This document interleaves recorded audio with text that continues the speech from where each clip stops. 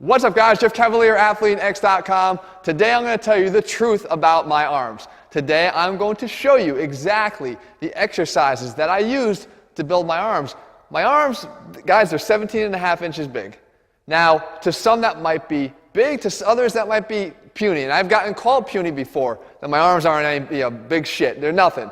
All right, the fact is, I wanted Hulk Hogan's 21-inch pythons when I was young. I grew up watching the WWE. I'm going to fall short of that goal. But I laid a solid foundation, and I didn't really have, I'm going to walk over and show you what I did. I didn't have a real genetic advantage growing up. This isn't a genetic thing. People say, oh, Jeff's arms are genetic. They're not. My father would never be confused with someone that's fighting Bluto, chasing a girl named Olive Oil. My mother was 5 feet tall. She didn't have great genetics.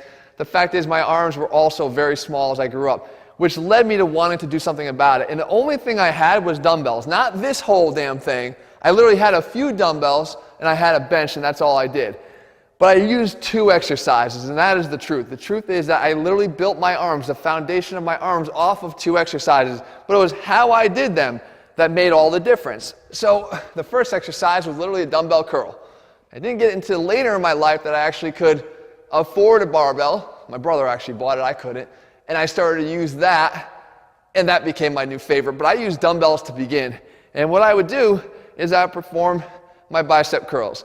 And the great thing that I had at my disposal was I had a few sets of dumbbells, so I could easily add weight to this exercise to allow for progressive overload. And if you watch my video I just did the other day on how you build muscle, one of the main ways to do that was to increase either the weight on the bar, or the weight that you're using in your hands to do this exercise, or increase the volume. Well, volume was another friend of mine. I would put it down and do another set, and then do another set. I didn't have much going on in my life back then, guys, that I didn't have time to do more sets, right? It was either video games or doing a few sets of dumbbell curls.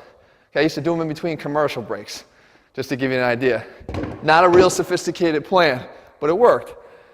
The next thing I did, though, was I would take a lighter weight, maybe not 10s, but I would take a lighter weight and I would abbreviate the range of motion. So I would get up to the top here, and I didn't even know what I was doing at the time, but again, as you watch that video, you come to realize that what I was doing was basically creating more metabolic overload, where I would abbreviate the range of motion, and I liked the feel of the contraction. So I'd stay up here, and I'd contract, contract, contract, feel the burn, which I'm feeling right now, by the way, still with 10 pounds. And I would contract away and try to resist that burn, basically creating an occlusion effect inside this muscle, not really letting the blood escape and exit that muscle, so it would create that metabolic overload. So that was another way I was doing it. And then I wasn't afraid to pick up the heaviest set of dumbbells that I had and curl them that way. So here, I curl them up here and then come down slower, right? And come down slow, even if I had to cheat them up, or I could lean a little bit, but then eccentrically, slowly lower them down. And what I'm saying to you is that this was one of the most effective methods for me, because there's an end point. I needed other tactics, so I could go for an extremely heavy set of dumbbells and just worry about lowering them slowly. That gave me that all-important third way, creating eccentric muscle damage and soreness to achieve the outcome of bigger arms. So when it comes to building arms, you need all 3 of those tactics. And I didn't even realize it that I was using all 3, but I was. And I was doing it with a single exercise. Here, I did the same thing for my triceps. The second exercise I relied on was a dumbbell tricep extension, where I'd lay on a bench, I put the dumbbells up, and again, I learned quickly that in this position, I don't have a lot of overload on the triceps. By setting my arms back about 20 or 30 degrees, now they're working just to hold them there. So what I did is and also preset my arms to get a bigger stretch at the bottom. And that's how I performed them.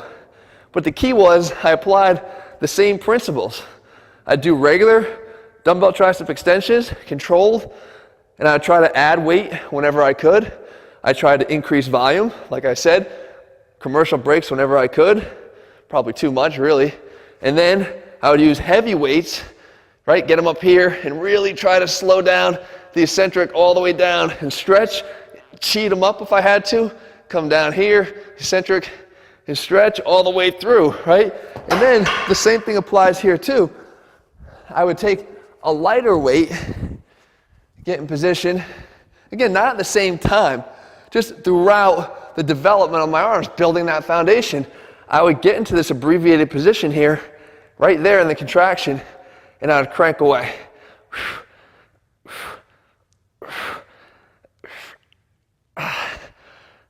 And I would do a lot of these sets until I couldn't take it anymore.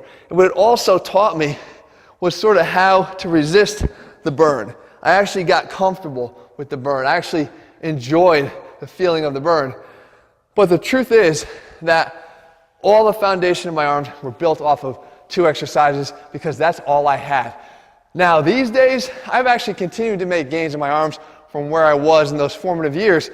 I've done it by using a lot of other arm exercises, mostly for variation, to keep me interested, right? And even some exercises allow me to explore different strength curves so that my biceps get a little bit more complete development because I'm hitting all those different areas of the strength curve and overloading all those different areas of the strength curve. And the same thing happens with the triceps too.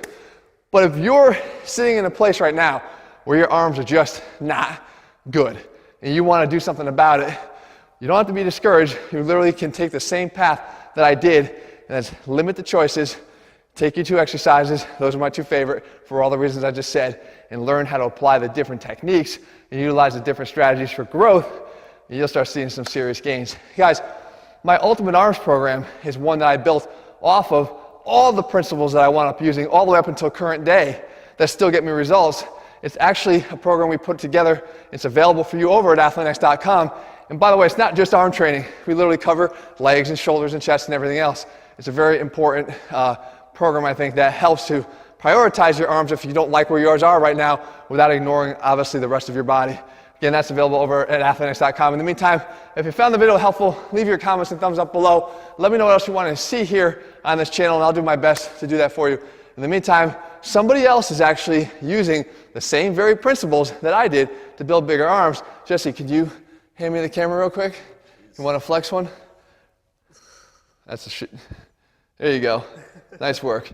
There you go, guys. It works. It doesn't just work. Like I said, genetics is not part of it. This kid's got the shittiest genetics I've ever seen in my life. He knows I love him. All right, guys. I'll talk to you soon. See ya.